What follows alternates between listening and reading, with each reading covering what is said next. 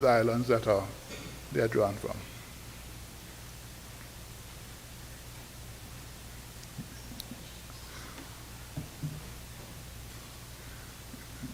I think one of the fears for some of the people is the fact that they're thinking that they have to pay up everything one time. Is there a pay plan that they can establish? Yes, we are facilitating payment plans, but we are also facilitating payment plans with understanding that these will be paid up as quickly as possible.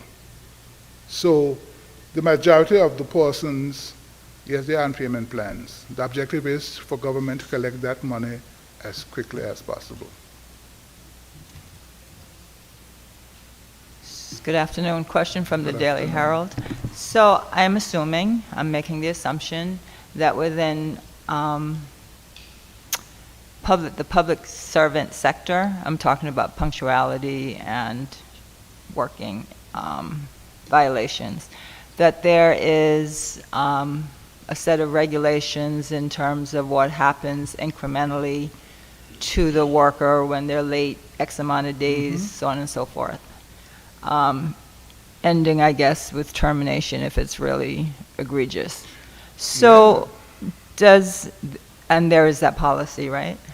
Yeah, there are provisions, yes. So does the private sector mirror what the public service has?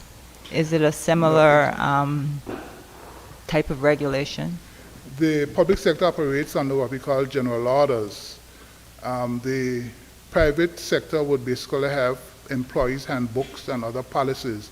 So the end game is the same, to encourage punctuality and, also discourage absenteeism, right? So from both ends, they are the same, but it just done a different way. In terms of the private sector, whatever policies are put in place must fit within the ambits of the Labor and Relations Act as well. So they must fit within the law of the land, yes. Just to follow up in reference to what you're saying, I know in the private sector where I worked, there were suspensions, and based on the number of suspensions, it could lead to termination. Yes. Yes. There are provisions, for warnings, and if you continue to be absent, you can be terminated. So there are provisions for that. But like I said, everything that is done must fit within the ambits of what is provided for under the Labor Relations Act, the laws of Anguilla.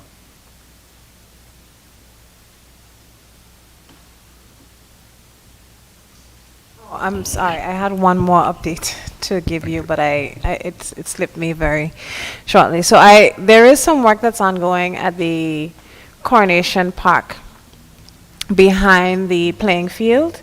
We would have had a small playing ground that would have been established there some time ago, but we would have decided to make it into a formal space for playing.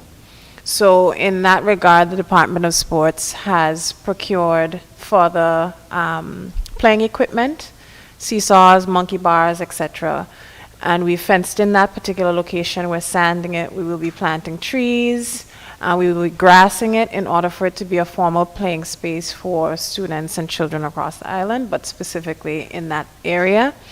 And although the particular spot isn't finished or completed as yet, we are still allowing our students to come and play in that area. And hopefully by the end of the year, we will have it properly ready to commit to that area for use. So I just want to thank the team at the Department of Sports for taking lead on ensuring that this space is available and ready for our students and children to play in. I have a question on that. I'm assuming there are going to be lights available so the kids can play in the evening. Well, we have lights at the field. Okay. And usually, typically speaking, we have that space for available during the daylight hours. During the evening hours, we would prefer if parents were there with their children or take their children from that particular location. However, we were looking at extending the use of that space for rentals, so we're gonna actually create some foliage around the area, light the area so that persons, if they want to use it, can come in and use it in the evening time, but with the caveat that it must be adult assisted. There must always be adults at that particular location to ensure that our students are playing safely.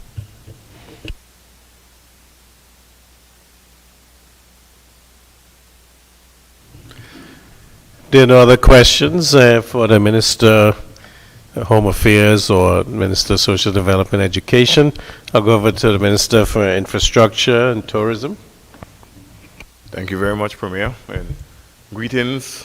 Welcome to this first press conference of December. Just for a quick update, I should say a quick update, I have a lot of update. But roadside cleaning, as you know, continues. We've had some showers of blessings which caused the wild mimosa in particular and the grass to grow up significantly, so we've been doing a lot of roadside cleaning. Today and yesterday they were doing along the airport road, and tomorrow and Wednesday they'll be doing along Rendezvous Road. To be honest, we have busted the budget as it relates to funding for roadside cleaning, so we are seeing how we can move things around to ensure that that is completed. Signage on the island remains an issue, and we are seeing how we can do that. Most likely that will be done in the new financial year. As you can see, one of the signs, a couple of the signs have been damaged on the Valley Main Road. One of the no entrance signs have been totally decimated, and hopefully this week that can be replaced to prevent persons from entering into avenues that they ought not to do. Demolition of the old building in George Hill, just west of the turnoff from the Jeremiah Gums Highway onto the George Hill Road. That should be done, hopefully, if not this week, next week. A tender have been done, and we have a contractor in place to complete those works. The stoplight in West End, we are still awaiting parts. Those are long lead items. I want to just say something quickly about long lead items. We had secured seating for the airport terminal, and the seating took some 6 months to arrive in Anguilla because of supply chain issues, and those supply chain issues for some of these things still continue to this day. And even so, as it relates to the lights, the parts for the lights and what have you, and it comes at a tremendous cost. Parts for those lights can run up to $40,000 US just for parts for those lights. And that is why, we utilize roundabouts as much as possible because it's a one-off cost. The solar lights for the Valley Main Road, they are on island. The poles is now at Maiku. We're going to do a tender for that, but we can't do it as yet because, again, we have come to the end of the financial year, so most likely within the first quarter of next year. I want to say the first quarter of next year because it's all dependent on the assent to the budget when that time comes. As you know, the vehicular enforcement of the Vehicle and Road Traffic Act still remains inadequate. We're still having a lot of complaints, a lot of accidents, lack of presence of the authorities on the road. So this is something that we continue to beg for and press for, and hopefully someone will hear our cry. As it relates to the Clayton J. Lloyd International Airport, American Airlines over the weekend did 258 in and 247 out. Silver Airways did 10 in and 22 out, and we had 15 private jet movements. December 18th, as you know, American Airlines will commence 11 flights per week, 2 flights on Mondays, Wednesdays, Saturdays, and Sundays, and 1 flight on Tuesdays, Thursdays, and Fridays. At the Blowing Point Ferry Terminal, over the weekend, we had 1,071 in and 1,181 out. In 2021, the Ministry of Infrastructure issued 72 foreign operator permits in November.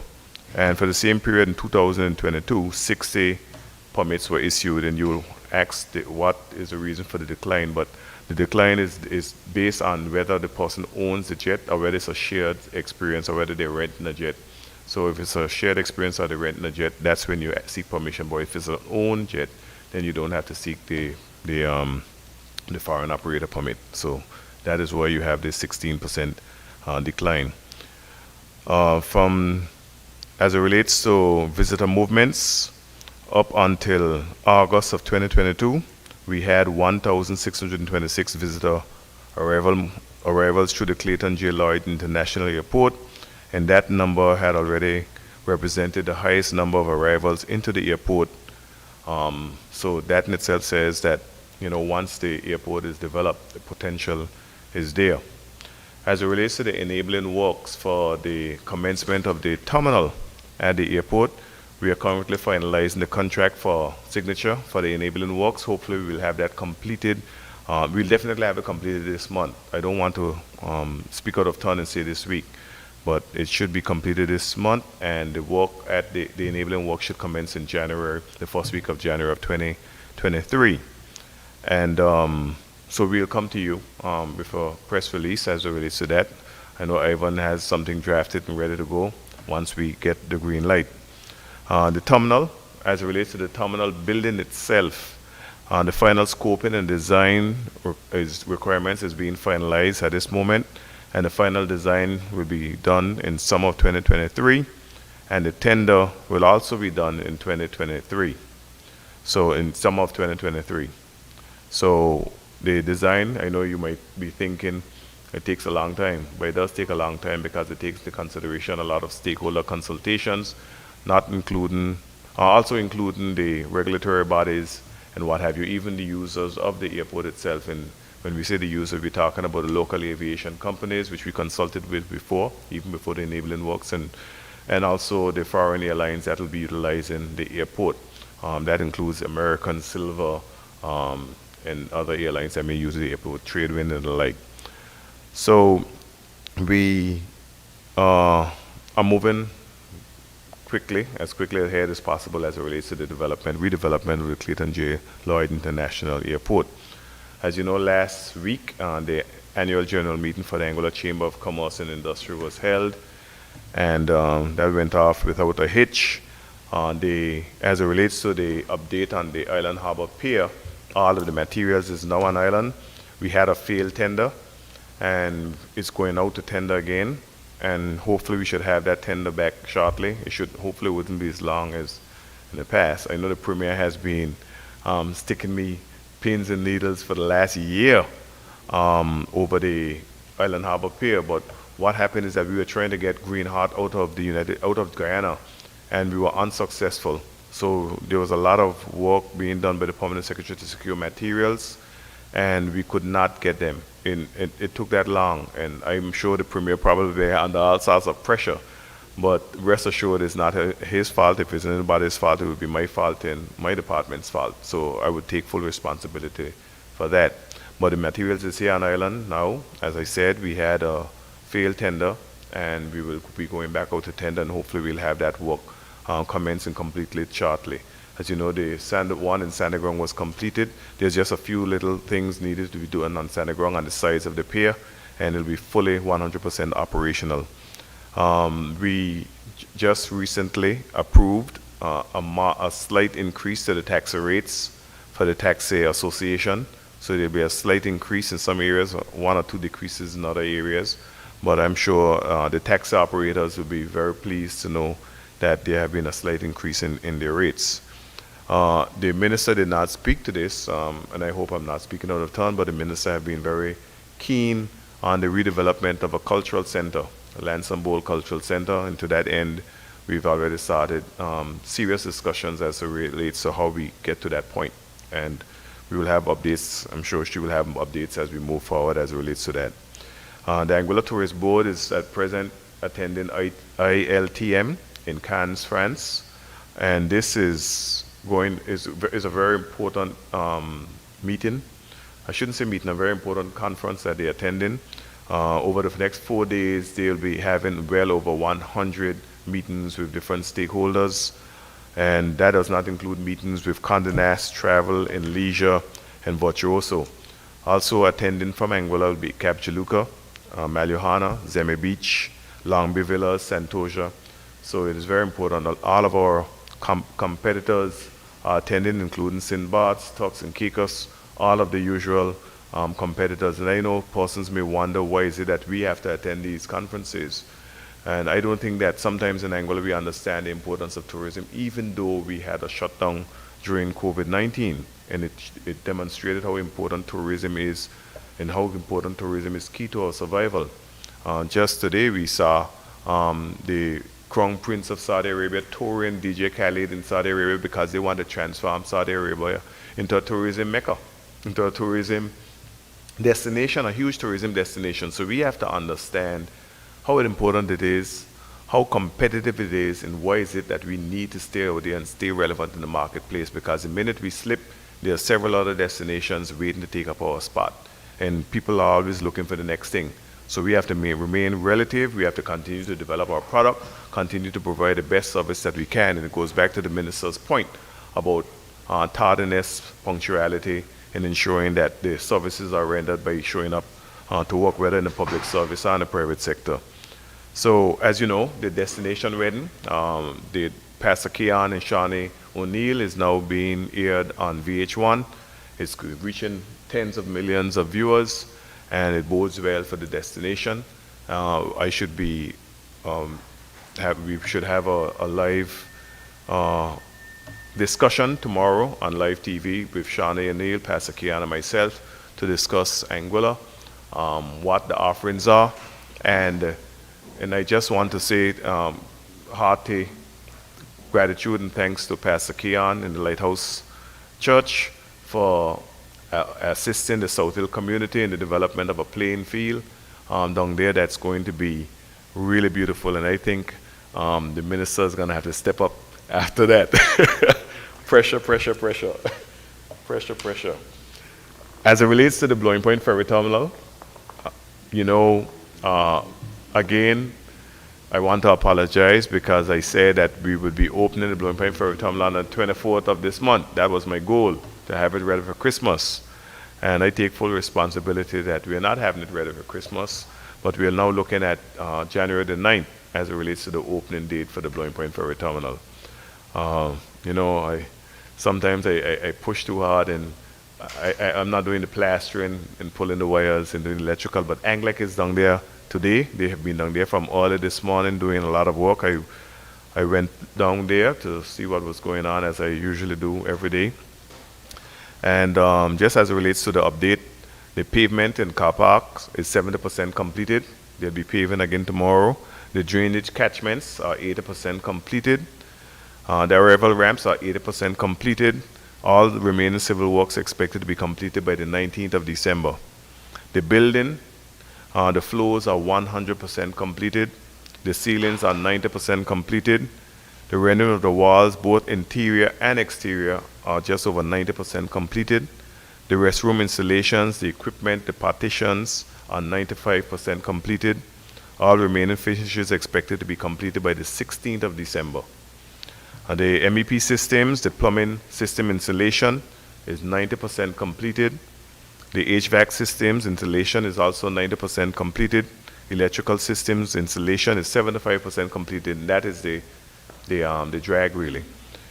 Site electrical works, Anglic is right, as I said earlier. Those are currently ongoing, and that should be completed by the 16th of December. It should be fully electrified by the 16th of December.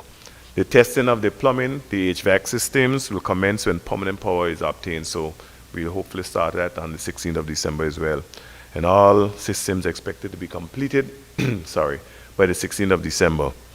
The FF&E, the furniture, they have started some work, and 90% of the office furniture estimated to arrive today. So we are hopeful that we can get that cleared, and the built-in furniture is expected to be completed by the 19th of December.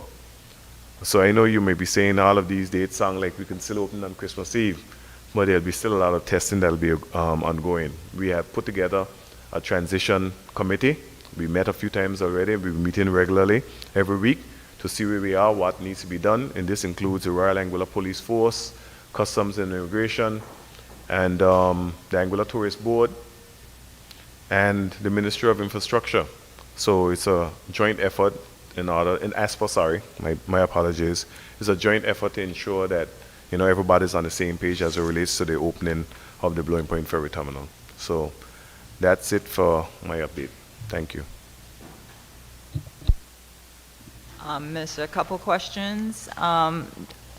and a request. The request being that prior to the ferry terminal opening, if you could, you or some of your people schedule an hour for media to walk through so we can see it, take some pictures without being encumbered by tourists incoming, for the record. Let's do that this week. Fine. We'll organize it through Ivan. We want it completed. The consensus here is like, we would like to see the Sorry? completed we would like to see the completed product. When we complete it, we'll be going With there. the furniture and all the nice When we things. complete, the night before it'll have to be. Okay, And That's put, good. Put on your walking shoes. we'll do And, that. and if you need a wheelchair, we'll have one available for you as well, because we have wheelchair access, and both on the arrival and departure side for Lloyd if Okay. you need it. So, couple quick questions. And I missed out on the Island Harbor Pier. What exactly is happening there? What is going to be retrofitted? Is it going to be lengthened? Is it going to be strengthened, widened? No, none of those things. It will be repaired because some of the wood has fallen off over time.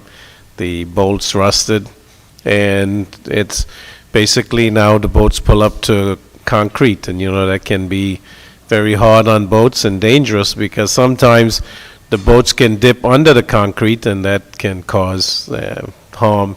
That's a liability. So we've been trying to get it fixed for a while. That was trouble procuring the wood, but now the wood came out of Miami. It's here, the bolts are here, just a matter now of the labor procurement, and then we'll get that done. And time enough. Thank you. And then my last question for clarification is, when you talked about the airport and the design contract working, I forget what time you used, but is that for the refurbishment of the current airport, or is that for the new building that will be built? Refurbishment of the current airport has already started. The work has started not only at the terminal itself, but also on the land side. But we're talking about the new terminal. You're welcome.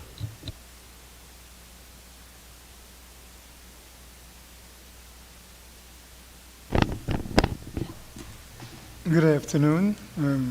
KCN TV4. My concern, I'm looking because I overheard the Honourable Minister hoping that somebody is going to hear about all the decisions that were taken for that these trucks that are driving without covers and all the speeding down the road, somebody is going to hear. When we are talking about governance, these things are being mentioned. So why do we have to hope that somebody hears us when we have people in place who is responsible to see that these things done? It is just the other morning, coming down from Western there, right at the stoplight there, one of these big trucks just coming out without even stopping. It's a good thing it's defensive enough to go on the other side of the road, and also we have these trucks when they are not even carrying things, just the body part of it, they're speeding down the road. What is going on? Nobody's making a check of that. We're going to wait until when something tragedy happen before we're going to take things into action?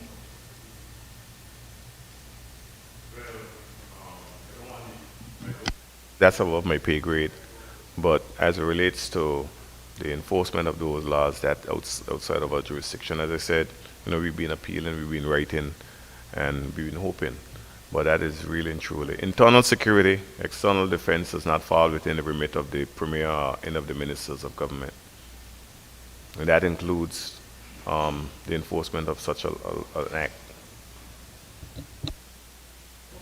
The lighting for the Valley Main Road, I have noticed also even the road marking, there was something new was being done.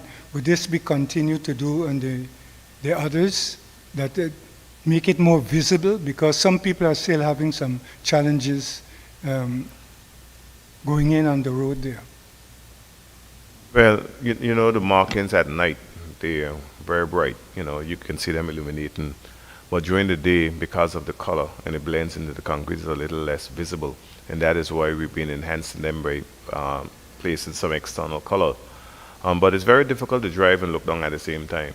You know, so I guess over time there'll be some more familiarity, and we probably put out some more information as it relates to how to use the road. But as of recent, we have not had instances of persons not using the road in the way it should be used. You know, in the early stages, we saw quite a bit of that, but there have been any real reports of persons not utilizing the road the way it should. Of course, I'm sure there is the one-offs every now and then, but for the most part, persons have been using the road the way it ought to be used. And just driving on the road today, I just have to marvel at the workmanship of not only the contractors, but also the design by the team at Maiku.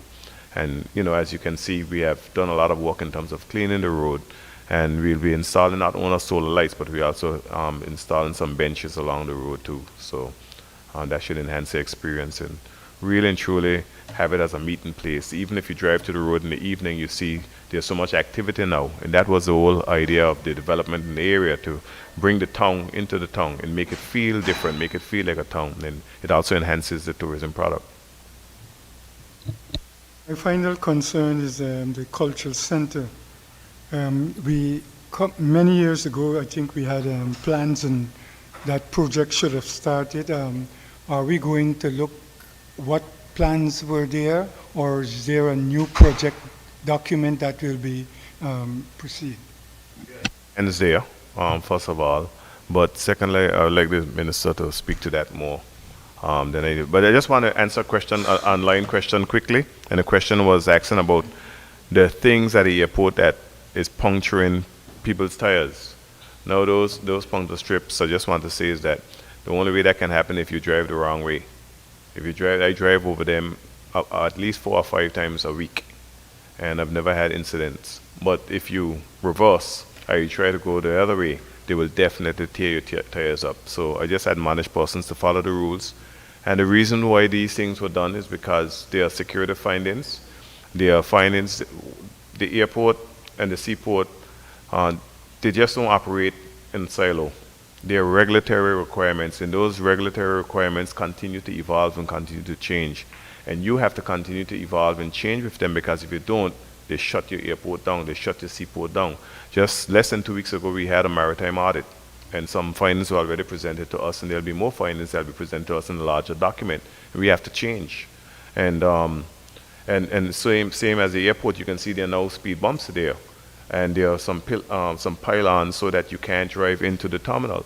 So those, while the new terminal is being designed and developed, you'll see much more changes going on at the airport, and that is above us. If you wanted to stay the same, then you can stay the same, but you'll have a shut airport, and you won't be utilizing the facility. So we have to understand that as well.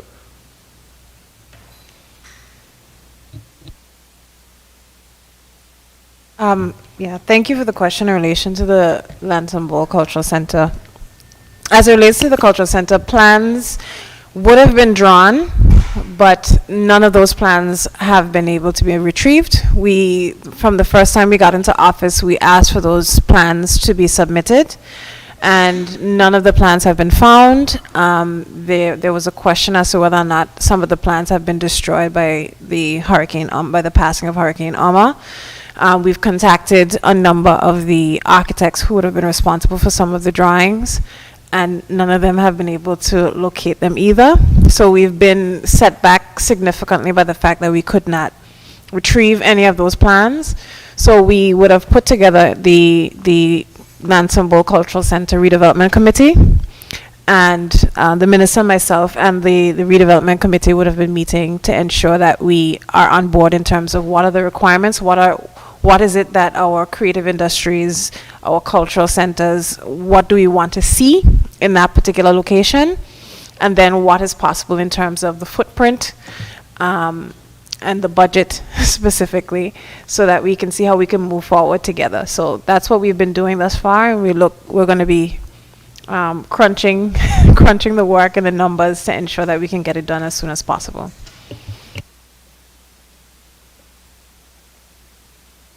I have a call-in question in reference to the Valley Main Road in reference to the dirt that has built up on the roadsides. If there's on the roadsides after the rain, so they're concerned about the dirt on the roadsides. If there's a company or whatever that is taking care of that. Drove the road a few times today and there's no dirt on the road. Once the rains have come and if there's dirt on the road or debris on the road or leaves on the road, we clear that right away. We've continued to do that right away. But just to go back to the minister's point as it relates to the cultural center, if the funding was there, we could really create something that will be the envy of the region. It's something that can really drive revenue, opportunity, business opportunities, not only revenue for government of Anguilla, but also revenue and opportunities for the people of Anguilla. So, you know, this is where we'd like to go. All things will have to depend on the funding of it, but I think that we can come up with something that can be really a beautiful facility that ensures that opportunities are created.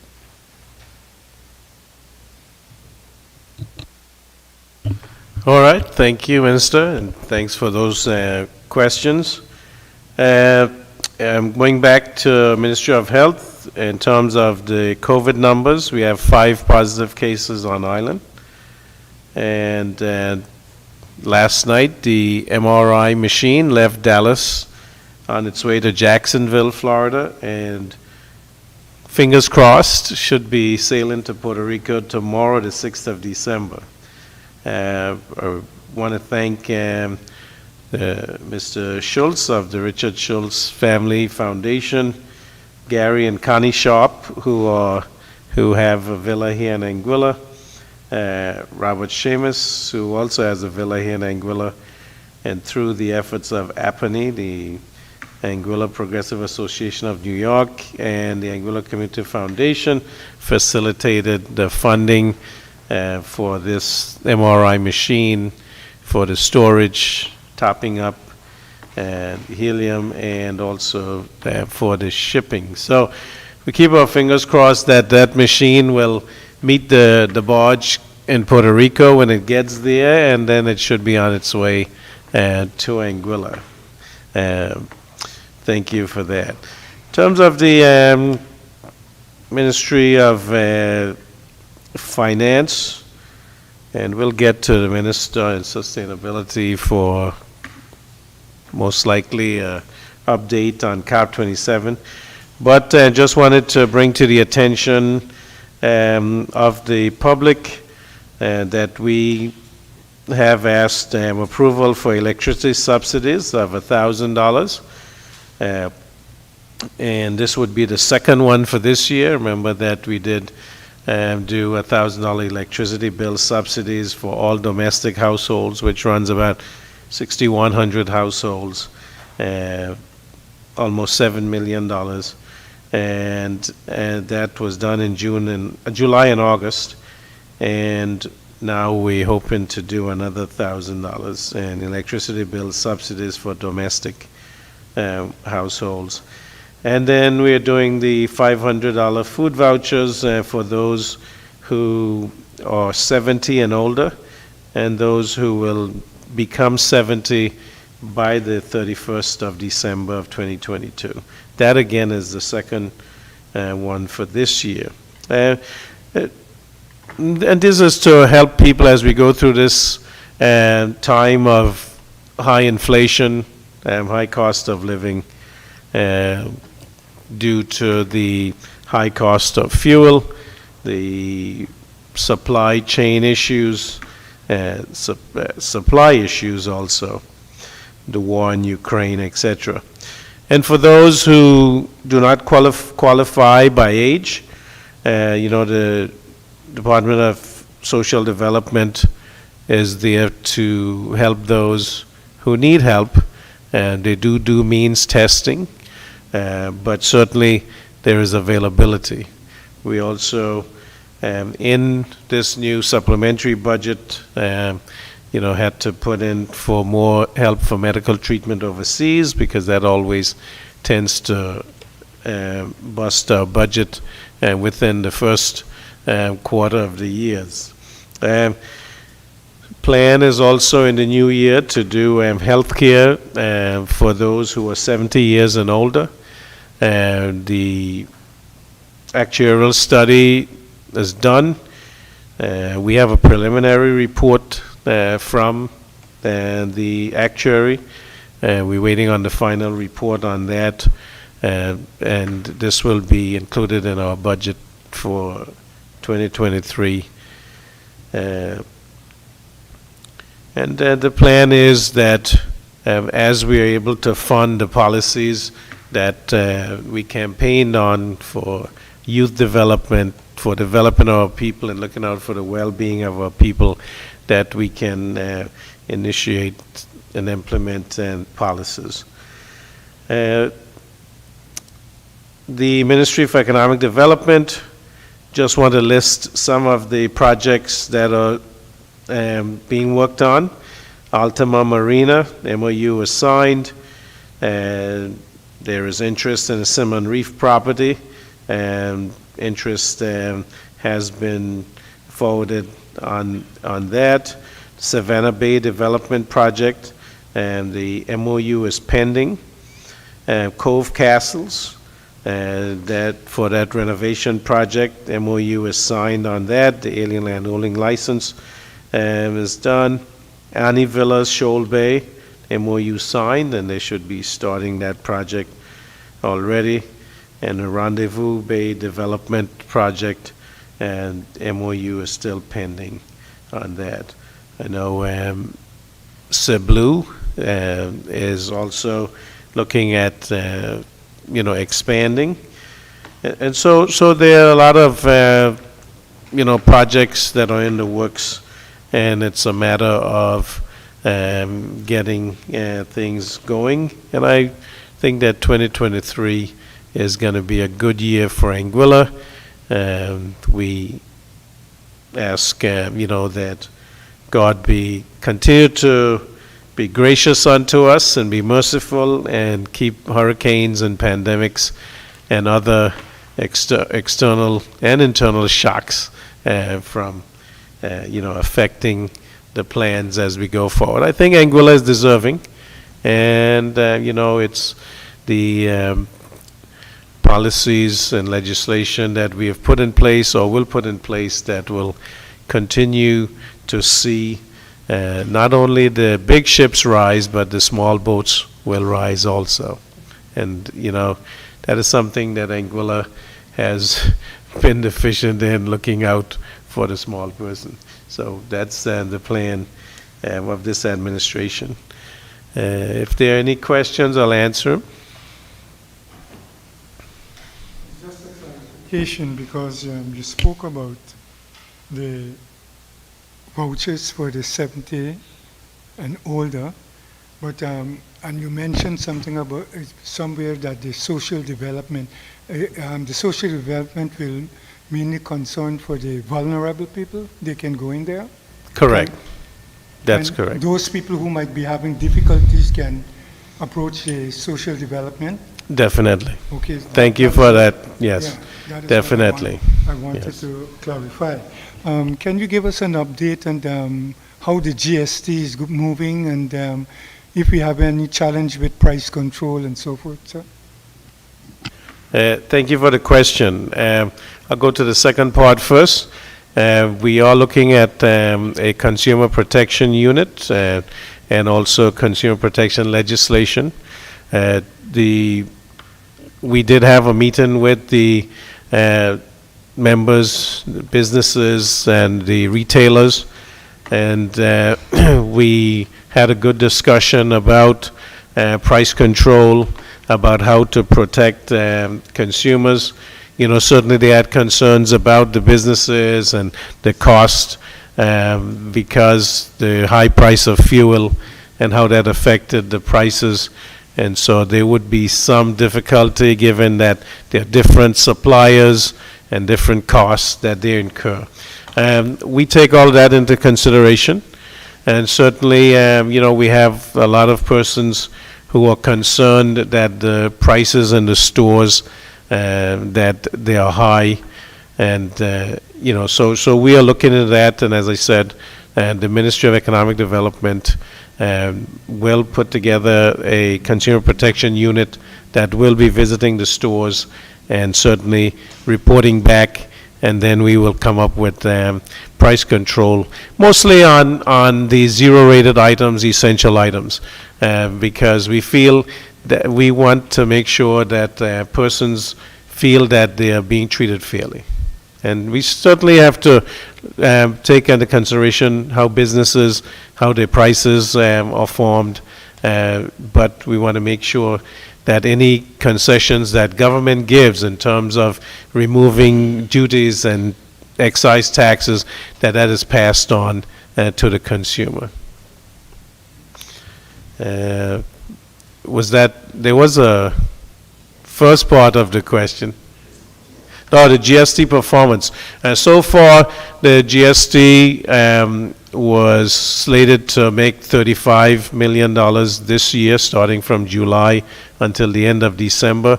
We are on track to get there. The compliance has been very good. Over 97% compliance for businesses that should have registered, that have registered. There is one main company that has not met the paying on the returns, and we all know that company begins with A. But we are getting there. So I'd say right now we are meeting the targets. Thank you. Mr. Premier, you made mention of the agreement with Cove Castles. We know that in the past they were sold as private homes being rented. What is going to be the thing going forward? So this is going to be standard touristic development where there will be the buildings will go into a rental pool for tourists. I think 15% of the development can stay with the developer, and that's pretty standard with most of these touristic developments. And also, there is a policy in Anguilla that beachfront properties have to be in the rental pool, and so that is the plan. You made mention earlier too that 6,100 homes would be credited the $500 on the electricity bill. Are these domestic homes mainly or solely? Don't understand what you mean. You mean expats? Yeah, so they're homes where people live, yes. And they have to have more than, be using more than 40 kilowatt hours per month, because there may be homes that are, uninhabited at this time, so those would be below that number, so we wouldn't want to pass it on. And it's $1,000, but it will be done in tranches. I think right now it's intended to be 500, and then either 250, or a second 500. Yeah. So expats living on island are also credited this $500? Yes, as long as they have a home here. It's only businesses that would be excluded, and there is a cutoff level to determine if those buildings are actually domestic or if they're business. So I think it's 1,400 kilowatt hours. If it's more than that, then those will have to be audited to make sure that they are households. Yes.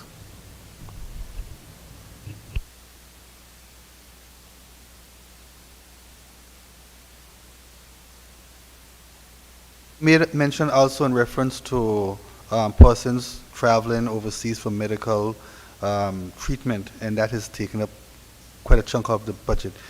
do we have an idea in terms of what are the top main causes that people have to travel in terms of, like, I know in a previous press conference you were talking about having specialists brought in.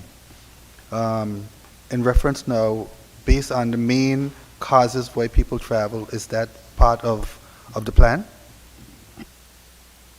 That would be one of the main planks of our budget for 2023. Specialty care and improvement of healthcare is one of the 6 main features of the budget. In terms of medical treatment overseas, those are being transferred mostly for services we can't provide here. So that treating strokes, neurosurgery cases, those wouldn't be able to treat here, and we certainly wouldn't have the capability even in the near future to be able to take care of those types of patients. There are also orthopedic cases. Those maybe with developing having the right equipment and getting specialists, we can do some of those. And certainly accidents, motor vehicle and other accidents, for that multi-trauma systems, it's very difficult to have the capabilities here of doing that type of work, given the size of our population, the equipment that's available, and the ability to attract those type of specialists that you would need. But certainly our goal is things like cardiology, orthopedics. We're looking a second surgeon to make sure that the one surgeon doesn't burn out, gets some vacation time. Psychiatry, we're looking at, we have budgeted this year for a psychiatrist, but it's difficult to find one that can become resident here, and that's what we want to see, because as you know, mental health is one of the areas that we are focusing on very heavily at this time. Back to Minister Hughes.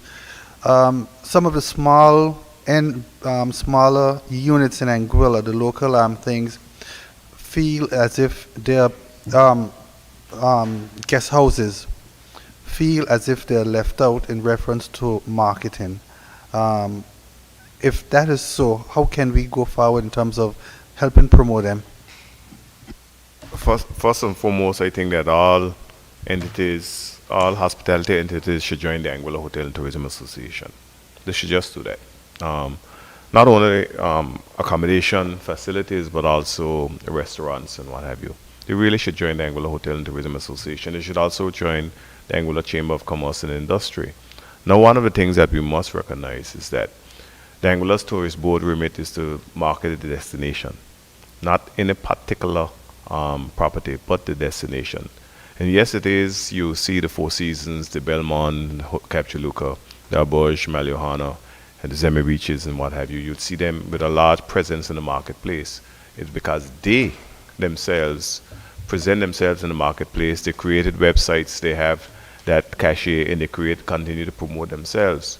So it is not the government's role to promote Lloyd's property, but to promote the destination on a whole.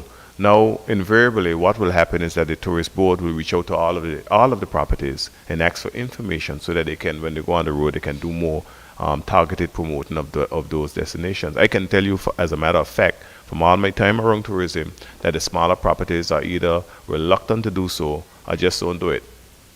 They're just a statement of fact. And I know some of them may be listening now and saying that's not true, but it's a statement of fact. And one of the things that these businesses also got to understand, that they too must do their part to promote their particular businesses, their particular properties. Shoal Bay Villas, for example, is a small property, but Shoal Bay Villas is ever present in the marketplace, ever present. Ralph, I forgot his name, Ralph, Caramar is ever present in the marketplace and almost always full. There's another property on Meads Bay and what's Janine's property? Tranquility, ever present in the marketplace. So when you have that presence in the marketplace, it reflects in terms of the returns. But if you have no presence whatsoever, and you're not creating the partnerships not only with the travel and trade media, but also with the Anguilla Tourist Board and Anguilla Hotel and Tourism Association, you will be left behind. And you have to innovate, you have to be creative, you have to continue to remain relevant. And we keep on admonishing them to do so. And if they do so, trust me, things will turn around for them. I don't know if you can recall back then there was a organization, a group in the tourism thing called Inns of Anguilla, which helped to promote all the small businesses. I don't know if we can revive something like that to help these small units. And to Miss Banks' credit, Donna Banks, she created something called the Charming Escapes. And the Charming Escapes emanated from that. So the Charming Escapes were the small properties that you will lump together and promote them. Now, it goes back to the original point that I make. You may have the Charming Escapes, you may have the Inns of Anguilla, but at the same time, they have to be able to partner with the Anguilla Tourist Board, with the Anguilla Hotel and Tourism Association, and all of those entities to ensure that they're in a marketplace. And it doesn't cost very much to create a website. I mean, you have O'Leary Richardson, I believe his last name is. He doesn't charge a lot to create a website. You can create that website and you can have that website maintained. You can get out there because you don't necessarily need to spend the big money, because if you have your Instagram and these avenues that you can use for yourself, right? You can get out there as well. And these are the vehicles that they need to utilize to ensure that they may remain relevant to the marketplace. So there's even as it relates to God helped those who help themselves, right? So we just can't pray for it to happen. We also got to go out there and make it happen for ourselves. So I have a quick question about health, Premier and Minister of Health.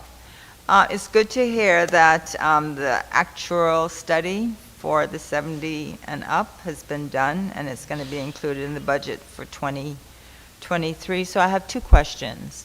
When it's included in 2023, the budget, when does it actually take effect? When does it become operational? And secondly, will it cover everything for the 70 and up, or will it be will it just have certain categories that would be covered? Well, the plan is that it will cover everything at some point. We won't be able to start with that because, these have to be funded. And so we're still finalizing what funds are going to be available. We do have a fair idea of what we can cover in the beginning. We are hoping it will go into effect as soon as possible within the first quarter of 2023, but definitely by the second quarter. We do know that one of the avenues for funding this is from GST returns, and so we have a fair idea of what we can commit to right now, and certainly looking at primary care and secondary care at the hospital, and diagnostics and possible medications. We still haven't finalized those specific areas, but that would be the plan over the time. Yeah.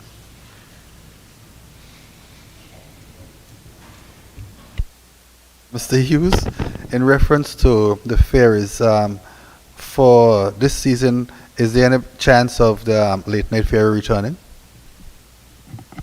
Wouldn't say that there won't be any chance, but at this point in time, it's not a consideration because of the issues at the Marigot terminal. The Marigot terminal have some significant delays in terms of the construction, and but what I can say is that Marigot in itself does not have any issue with reinstating on request the late night ferry, but they just have to have the capacity to be able to accommodate it. They're not at that stage as yet.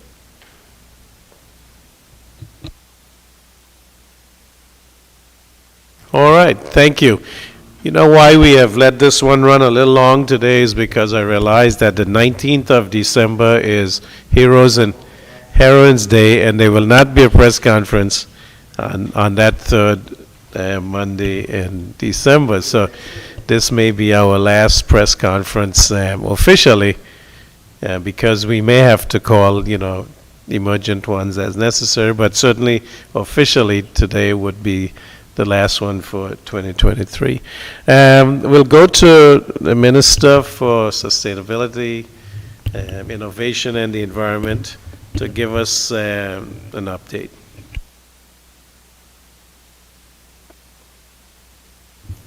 Good afternoon, all. So apologies for being a little late. So I know the Premier mentioned earlier a COP27 update, and I'll admit that I left my COP27 papers. So if any persons have any specific questions in relation to COP27, please feel free to ask and I will respond. But the update today that I wanted to provide was the Department of Natural Resources today, through our agricultural unit, launched our pilot program at the agricultural unit down there in the valley. And this is a partnership between Fork Farms and the government of Anguilla, with the introduction of one single hydroponic unit. And we planted basil and lettuce today. This unit holds 150, can grow 150 plants and yield 300 to 400 pounds annually. And while this is a pilot program, the intention is to utilize our learnings between this month and next month to identify who we will be launching our larger, our wider partnership program with next year, as we intend to bring food security to the wider Anguillan public. So this partnership would be with vulnerable persons, and while we understand what it would take to manage the hydroponic unit, we will then be working with the Ministry of Social Development to identify which group of vulnerable persons would be the best persons to receive these units. So this is a partnership that would have emanated from COP27, which would have been last year, and is in partnership with the Richard Branson funded Climate Smart Accelerator and Sony Entertainment. So they would be assisting us with more units, and we'll be able to partner with vulnerable persons to grow different crops and also have earnings for themselves. So that's something that we're looking forward and we're very excited about, and it will be launched officially in the second quarter of 2023, but at this point we are using this month and the first quarter of 2023 to determine findings and what's the best location and the level of maintenance, and ensure that we partner this project with the right set of people. So that's very, it's very exciting stuff. I planted some lettuce. Ivan was not patient enough to do so, but he also has some pictures that he would be sharing with the press and also with the wider public. Next year as well, we'll be launching our first Blue Week.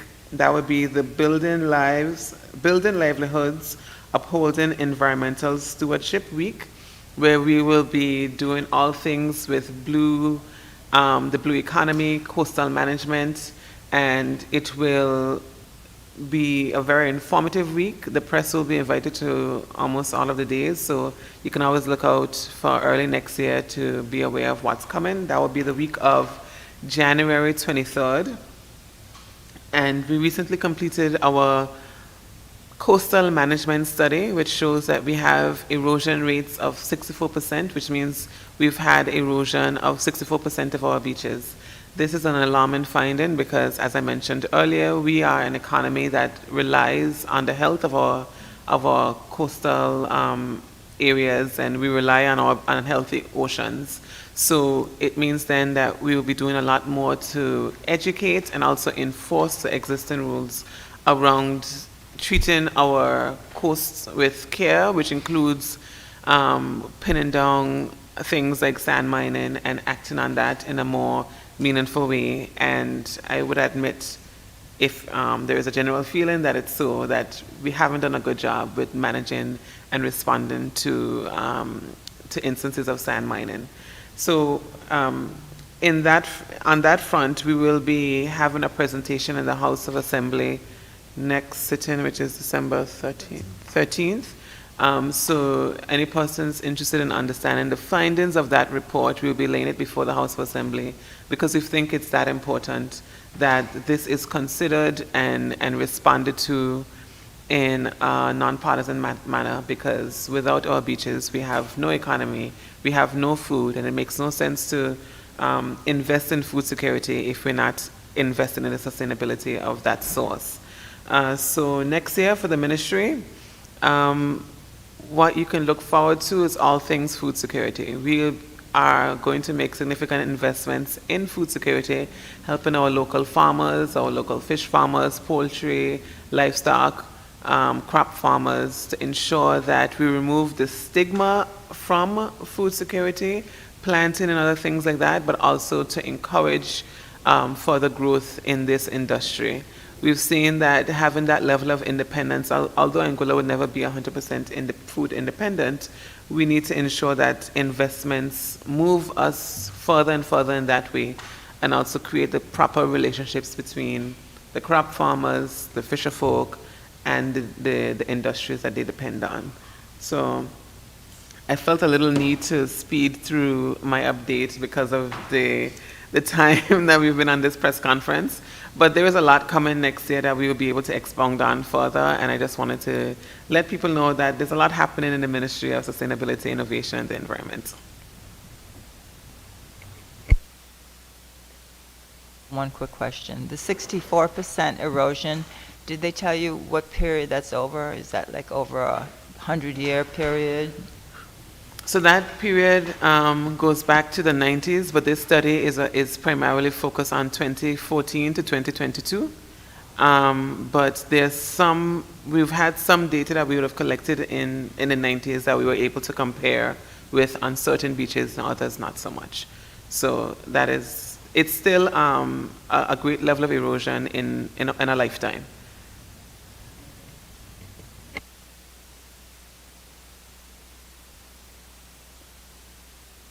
All right. Thank you very much. You've been very patient, and certainly a lot of information. And so I want to thank everyone for coming out, participating. Lloyd from Lloyd's Live, Don from the Daily Herald, Mr. Pickering from KCN Channel 4, Dr. Joyce from the Anguillian, certainly our PRO, our liaison to the Spanish-speaking community, Dites. Thank you for this whole year, and certainly we know you'll be here for the rest of the year and the years to come. The ministers, the ministerial assistant, and I just want to say that all in all, it's been a good year, and we are here by the grace of God, continuing to do the things for the people of Anguilla to make sure that life is livable and better. I know Minister for Home Affairs be working on the minimum wage, livable wage, and legislation that we have planned. Minister for Social Development Education is working for youth development, youth entrepreneurship, creatives, and to transform our education system so that it is fit for purpose for functioning in the global community. Minister for Sustainability and Innovation, the Environment, to make sure that we preserve our economy, the blue economy, the green economy, get us to renewable energy, along with the Minister of Infrastructure, Tourism, our main industry, tourism, to continue to make us the envy of the rest of the Caribbean. And so I just want to say thank you for being here to report it, to ask the questions that the people want to ask and want to know about. And I'll say now season's greetings and the best for the season and for the new year, in case we don't have a formal sit down again before 2023, but certainly we'll be here. We have budget speech coming up and the budget debates.